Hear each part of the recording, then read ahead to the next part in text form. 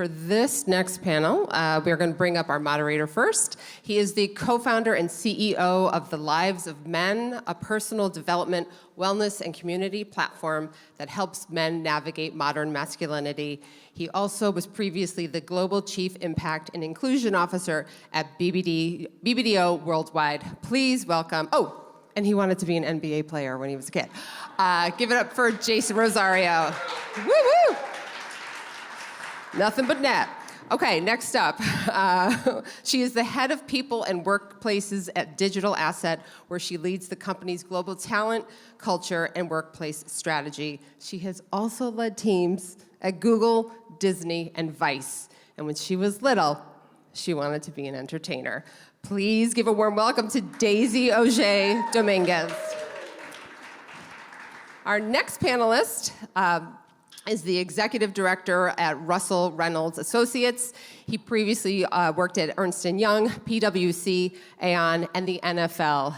And like many of our panelists, when he was little, he wanted to be a professional athlete. Please give it up for Emani Fenton. And finally, and this is one of the juicier when I was a kid aspirations, he is the senior advisor, men's engagement strategist for Warrior Compassion Institute. And when he was little, he wanted to be an undercover DEA agent. Give it up for Sean Harvey. That was great. Well, thank you. What's up, everybody? Good to see you all.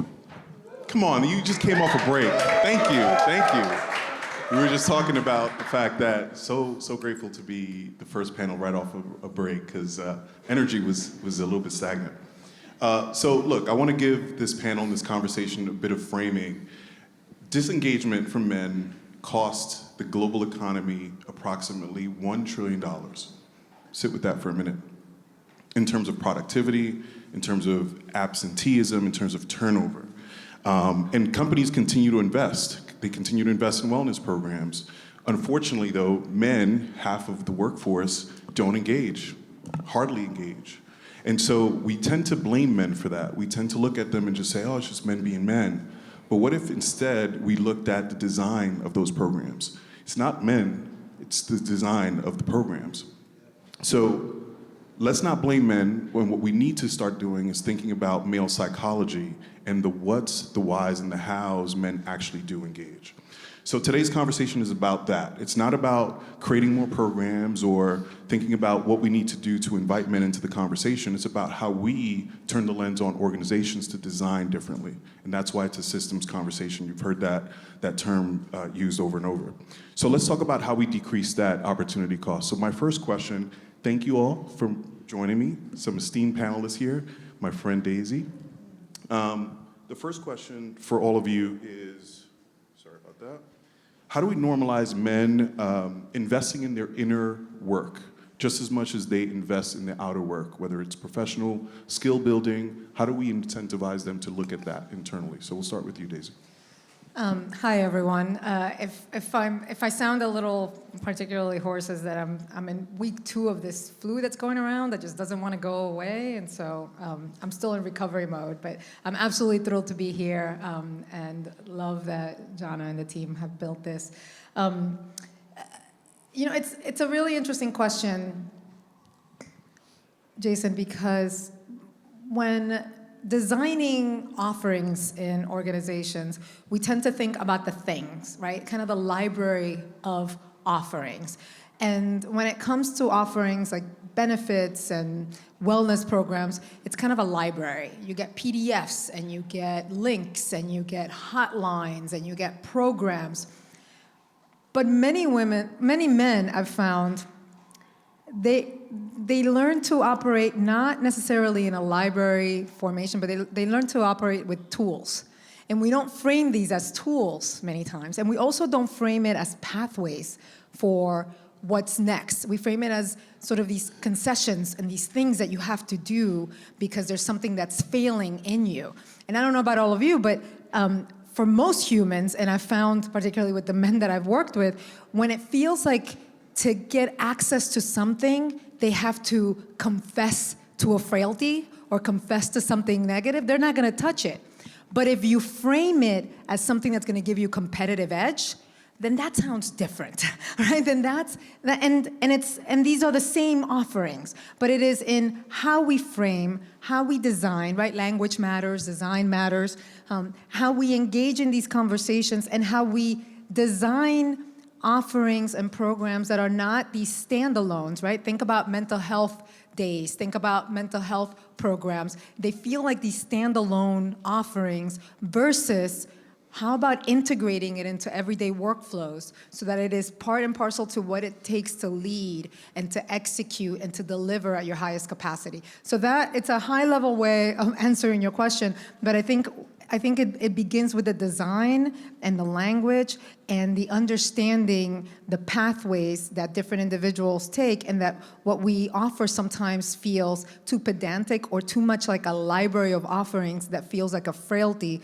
versus something that's going to help me advance and build the capabilities that I need. We also define a lot of this work as sort of a minus thing that you have to work on. But I think leadership, operationalizing work, it's about capability building. And if we start framing it that way, then it feels less, again, like a, sort of a negative that you have to overcome, and more of, this is what's going to help me advance in my career and be the professional or the leader that I want to be. I love that answer, by the way. I think that's a great answer. Just for context, my firm, Reynolds, we recruit the biggest executives you can think of in the world, from C-suite to, really, most of our work is at the C-suite, but CEOs for the biggest logos. And so I spend all of my day assessing and evaluating leaders sometimes that you see in newspapers and you'd recognize, to others that are aspiring to do that. And the way we go about assessing those leaders is, I think of it as like I've been tasked to write a biography about this person. And it's not how many tennis balls can fit in a phone booth. It's really about, most of the time I just say, tell me more. Why? Right? And the journey through their life and their career. But as I look at the assessment, it starts with, tell me about what it was like being around the dinner table, right? And who was there? Did your parents, did you plan to go to college, right? Who did that come from? Where did that motivation come from? And as we work our way through, I think what I find in leaders that are maybe the most authentic, that really sort of provide spaces for healthy spaces for their employees, is that they have had good leaders that have shown them the way, or bad leaders that they're trying not to be like that have shown them the wrong way. And they always seem to have people that they lead that follow them places, right? And that's one, it's maybe getting lead, but that's one thing that I always look for, is who have you followed and who's followed you? And I think when you then debrief with leaders and they ask, well, why didn't I get this job, or why didn't I get that job? Some of the feedbacks or the gaps around are really around followership, right? And your results, part of the results is the strongest people in your organizations haven't wanted to help you be successful, right? In negative cases. And so I think the ability for leaders to, one, receive that feedback and give feedback when needed, but it's really a telltale sign when the people say, wow, I didn't realize that. Tell me more. What is the feedback? And I think healthy spaces and leaders working on themselves, which is the first part of the question, leaders working on themselves starts there, is what's your foundation? What happened and what decisions along the way created who you are? And just being able to evaluate that and walk through with leaders is really some of the best parts of my day. All right, hey everybody. So Warrior Compassion Institute, what is this thing? We are a startup firm that's really focused on engaging the hardest to reach men and the hardest to access systems to discover new models that can be applied to all men.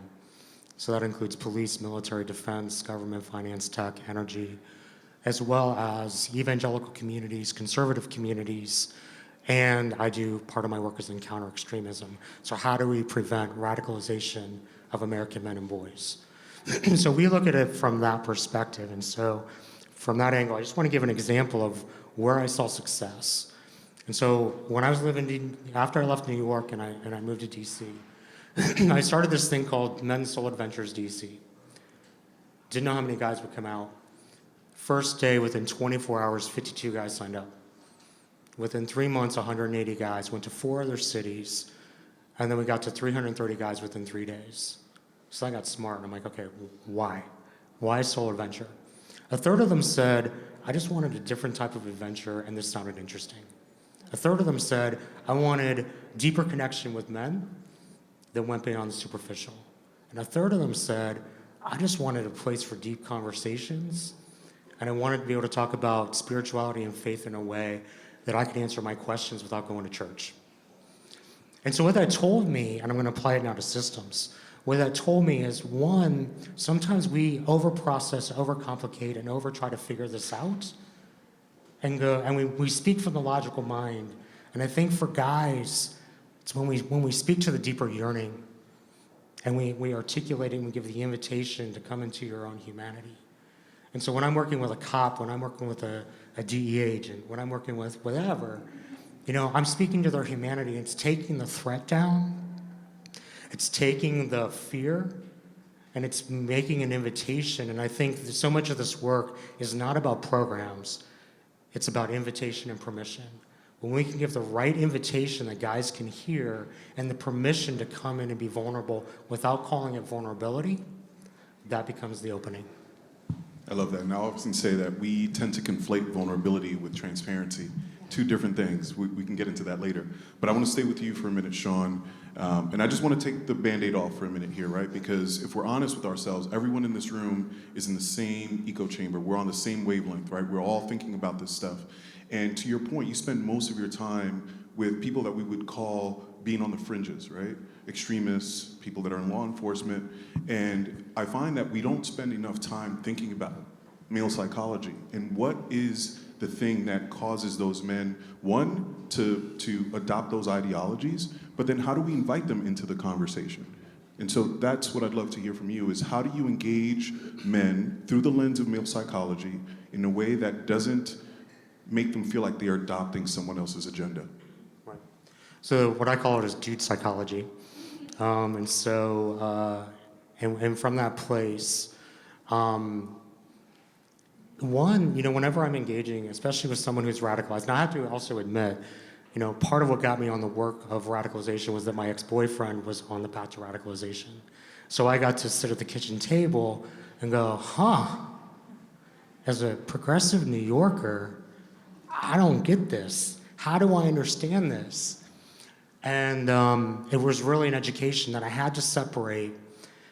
I see what this man loves. How do I love this man and his humanity, even if I hate his views? And how can I separate the humanity of the man from the views of the man and get curious about those views without judgment? Right, so that's a part of it. And so what I find is often when folks, I call it the hype effect on men and culture, hate, isolation, polarization, and extremism. But isolation is often one of the cornerstones. When guys are isolated, what do they say? It's you, yourself, and you're behind enemy lines, and you're telling yourself 75% negative to 25% positive. So they're getting all of this negative reinforcement from their own psyche, right? And when they're by themselves, and then you've got the algorithms that activate their unresolved grievance and untouched grief. So you've got all these forces playing out. So one thing I think is just if we can simply break down isolation by bringing community that's attractive, and often that's doing something, as I've heard before. It's an adventure. It's an exploration. It's working on a project. It's being in service. These things are easy ways in that then you can realize when you're hearing the crazy in my head is then the crazy in his head, and it's crazy in his head, I'm not the only one that's crazy. And I think that one of the most powerful things in this work is when a guy realizes he's not the only one and he's not alone. Right? So I think when we can break that down, that's the opening.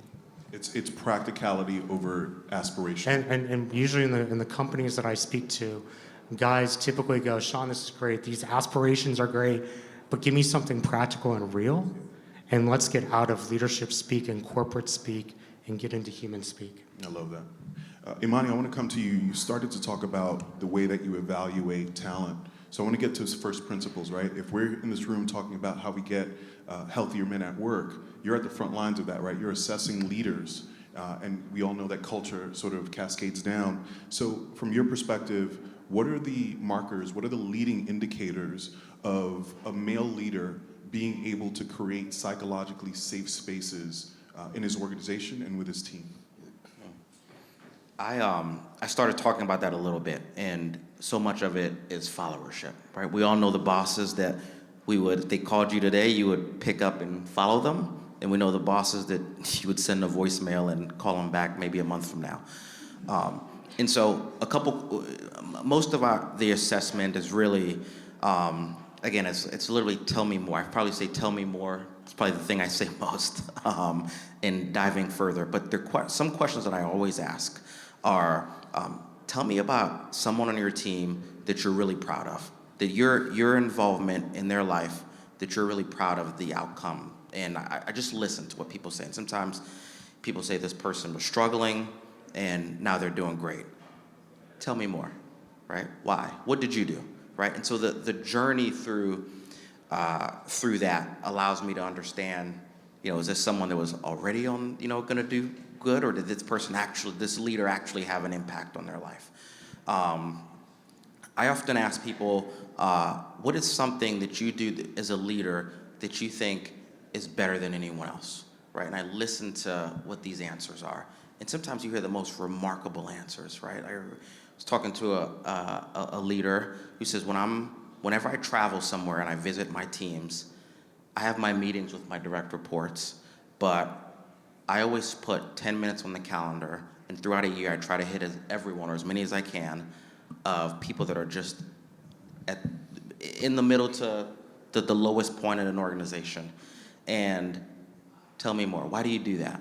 And through these conversations, you sort of get the motivation behind these markers, right? And so some of these markers I think of are empathy, EQ, followership, or that's more sort of a result of what happens, right?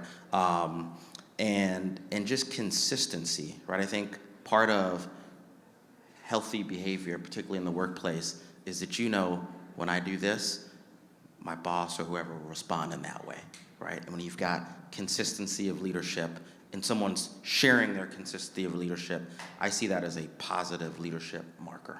I guess the question is, just a quick follow-up, is how much does that weigh, really, when you're assessing a candidate, right? Because you can teach the strategy, you can learn the math, but you can't teach empathy.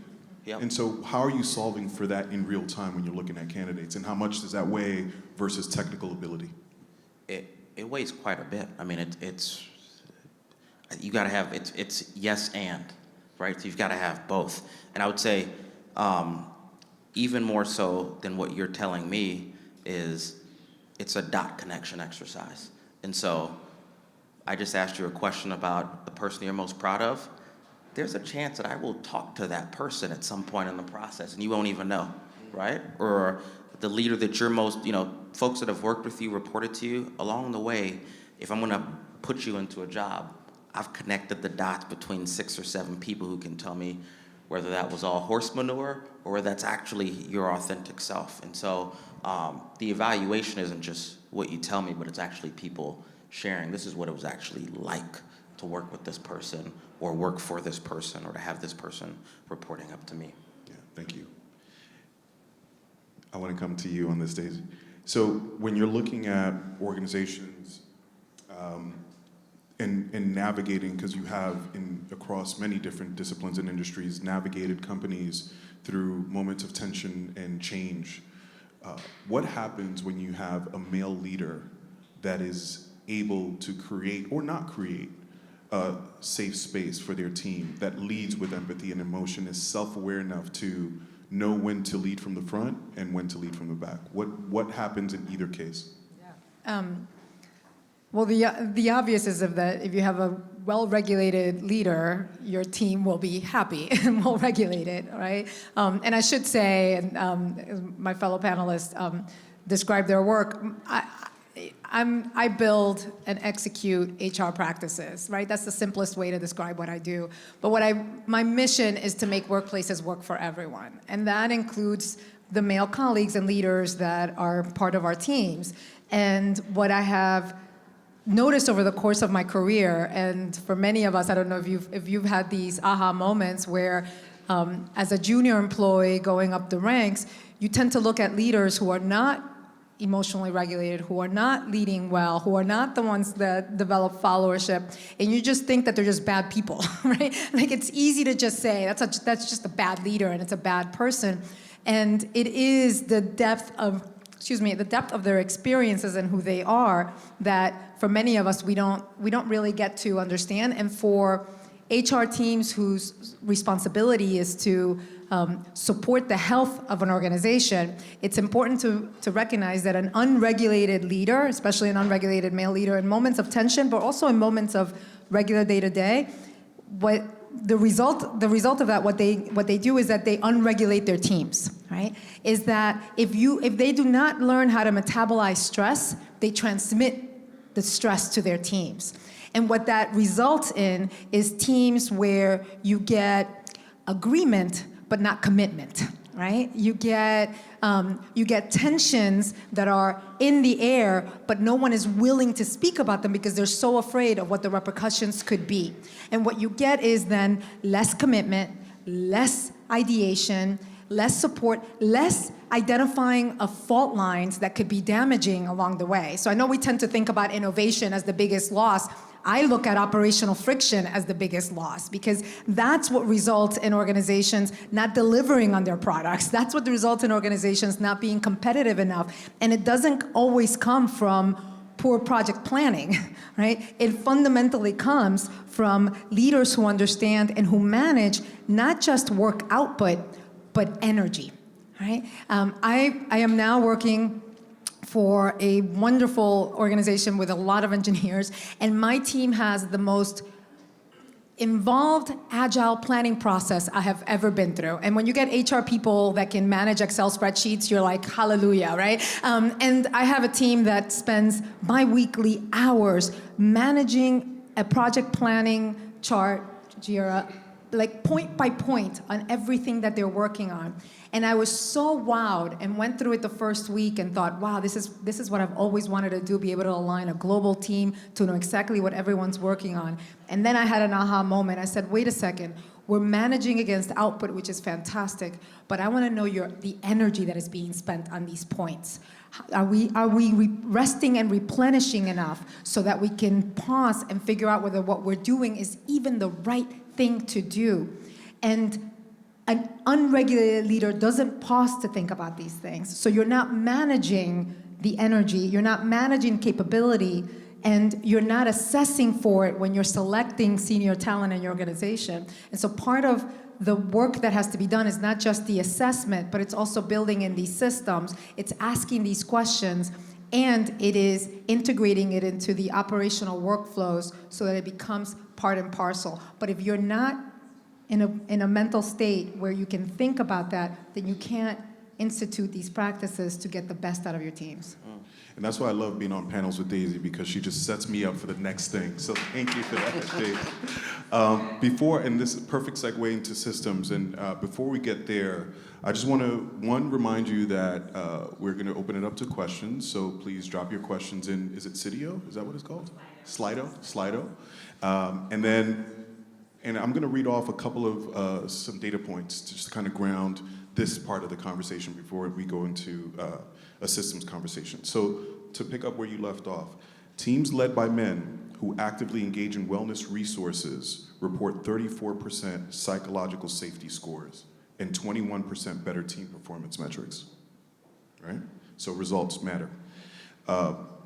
Preventable attrition costs. Men are 3 times more likely to leave organizations, and I'm talking about middle management here, 3 times more likely to leave organizations silently, so silent quitting, versus seeking support, costing companies an estimated $150,000 to $250,000 per employee. to replace them. And then another one that really stood out to me, when male leaders model healthy behaviors, leadership retention I read that one already, right? Yeah.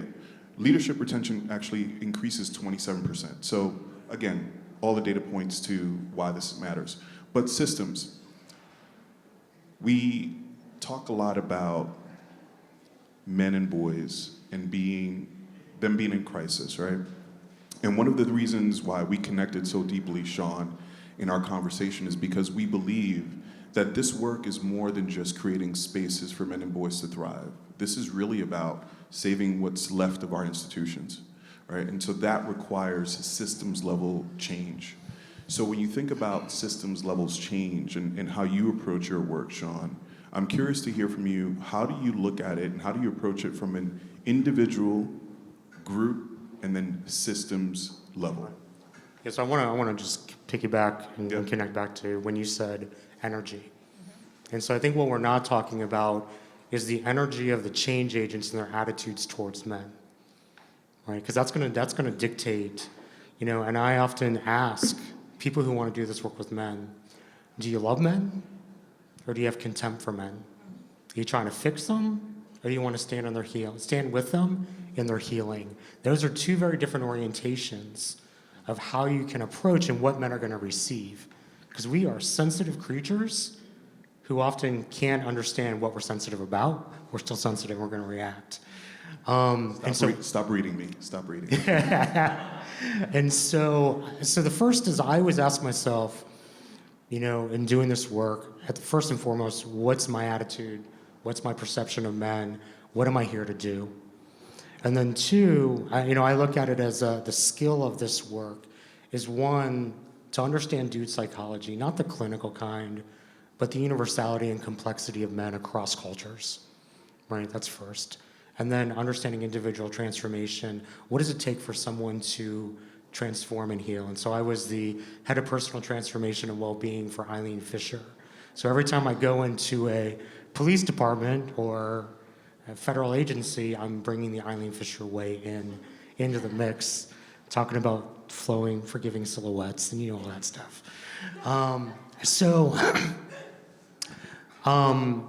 But it's do we understand what it can look like for individual transformation and healing that isn't necessarily always from a coaching perspective, but from a mentoring perspective, a guidance perspective, a walking with perspective. And then do we understand group process? And I gotta tell y'all, we as men are not always the best facilitators. We are awesome presenters, speakers, presenters, but not always holding space. So I always say, back to one of your earlier questions, I often find men will invest in professional development before they'll invest in personal growth. So let's embed the personal growth in professional development. Teaching a guy how to facilitate and hold space is going to be humbling and can be a really powerful tool. And then the last is systems design and change. And I don't think we often talk about systems or we talk about men's healing. We don't talk about both. And the fact of what are the conditions in the organization that are impacting how men show up. I just was at an all-boys boarding school and was talking to faculty at the school. And one of my bullets was masculinity is learned more from systems than values and beliefs. And so the faculty are like, well, what are our gaps? I said, I don't know. What are your gaps? But my question to them was, you are role models for men, for young men. How are you asking yourselves the hard questions about your own relationship to masculinity and modeling what you want your boys to be able to learn? And so I think when we realize the influence that systems can have on what is permissible and what's not permissible around expressions of masculinity, and then to understand that as men heal, they can start to transform those systems. And so it's a symbiotic relationship we have to attend to. You can't have one without the other. I love that. And so we're going to take some questions, but this panel, thank you, all three of you, because you all have, please, round of applause. Not only have I had the privilege to lead this conversation, but I've learned so much from each and every one of you. Hopefully you've walked away with a little bit of the what and the why, but also the how, right? This conversation was around how do we move forward and create these spaces? And one of the things that you just said at the end is embedding the personal development into the professional development. And so that's one of the things that we're doing at the Lives of Men, shameless plug. We have information in the back around how we're activating that in corporate spaces, so we'd love to talk to you about that. So with that said, let's talk about some questions. Oh, come on, you all want to know how to make this happen, right? Let's talk about it. Hi everyone, you were fantastic. I'm Van Sedita. I am a service designer, so talking about blueprints and systems thinking has me very excited. So excited I just dropped my Apple Pencil. One thing I've noticed in my career is that in leadership positions that I would have, when I would talk about relationship alignment, which was kind of like a diagram I would build, and it was like a design thinking with my one-on-ones, the sort of like respect level would kind of drop a little bit. The more I told people what I wanted from them and checked in on them for their deliverables, the more they respected me. When I asked them how they were doing, they kind of would dip out. And I don't know if that's a sign of a toxic system or whatever we want to call it, but I found myself just not fitting in places where I couldn't check in on people.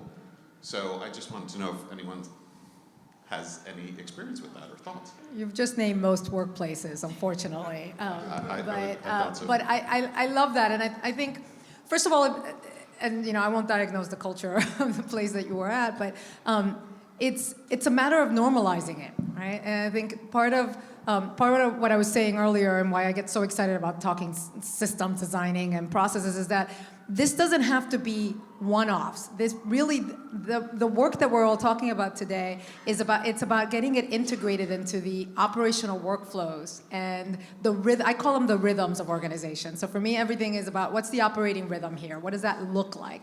And so one-on-ones are a perfect example, but most one-on-ones are designed to be what? You go and you say what you're working on, what's working, what's not, and then you go. Designing one-on-ones where you have stand-in questions that address not just the emotional energy that person is coming. I always ask my team to give me from a 1 to 5, where are you on the energy scale today? Before we even talk. I just want to know. And sometimes you're 1, 2, right? And that will help define what this conversation is going to look like.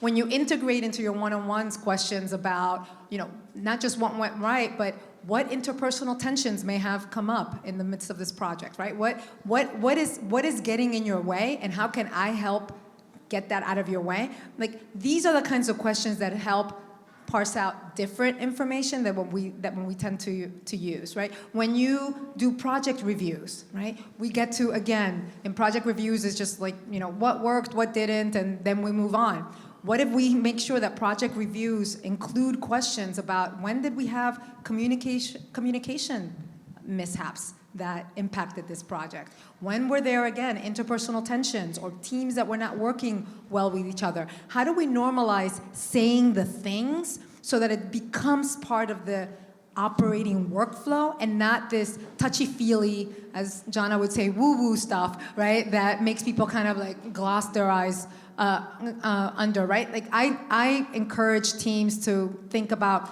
reset and refocus sessions on a quarterly basis, especially after a major restructuring or a heavy cycle delivery, because it allows you to just actually pause and measure and assign language to what just happened in a constructive way that allows you to continue to operate at an even higher capacity. And when senior leaders model it, other people will do it, right? When you see someone take a mental health day that's a high achiever, then you're like, well, then I now have permission to do that. When you hear a senior leader speak about conducting their one-on-ones in this way, you now have permission to do that. So that's how you build it again, and it's what my panelists are sharing here. It's not about one grand change that you make, but it's about integrating into how you communicate, how you listen, the energy that you give to each other, and the operating workflows that are the common day activities for everyone. Hope that's helpful. Can I just add to that? Because we, I think it's also building a muscle. and for guys to, when we bring in corporate men's circles into organizations, and I remember one of the early ones we did, one of the guys said, "So what are we going to achieve? What are we going to do? Like, are we just going to talk?" And we're like, "Yeah, we're going to talk." "Oh, I don't want to do that." You know, and it's like, and then building the muscle, and after we were at the end to go, "Oh, I really see the power."